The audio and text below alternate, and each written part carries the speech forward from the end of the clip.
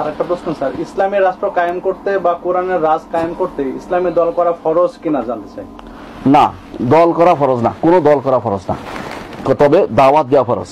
দাওয়াত, আল্লাহর পথে মানুষকে দাওয়াত দিবেন, হ্যাঁ ইসলামী রাষ্ট্র কায়েমের জন্য দাওয়াত দিবেন, বলবেন, এবং এই কাজের জন্য যে সংগঠিত হয় তাও হবেন, কিন্তু দল করা ফরজ না। কারণ দল করার অর্থ হচ্ছে আপনি নতুন একটি ফেরকা আবিষ্কার করলেন।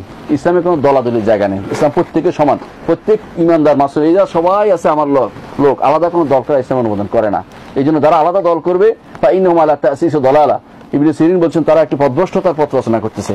আর দল করার অর্থ এখন মনে করবে আমি ভালো খারাপ, দল করার অর্থ এটা মনে করবে, এবং দলের কারণেই আমি দেখেছি ভালো মানুষদেরকে তারা ঘৃণা করতে শুরু করেছে দলের কারণে। এই যে দলীয় দৃষ্টিকোণ সংকীর্ণতা নিয়ে আসে, এটা না করে পরস্পর মিলেমিশে থাকবো।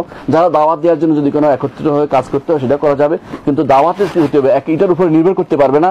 পরস্পর ভালোবাসা এবং ঘৃণা এটা নির্ভর করবে না। যখনই ভালোবাসা এবং ঘৃণা এটার সাথে নির্ভর করবে যে আমার সাথে যেহেতু আসে নাই সে খারাপ, তাহলে মনে করবেন যে এই দল জায়েজ না, এই সংগঠন জায়েজ না তখন।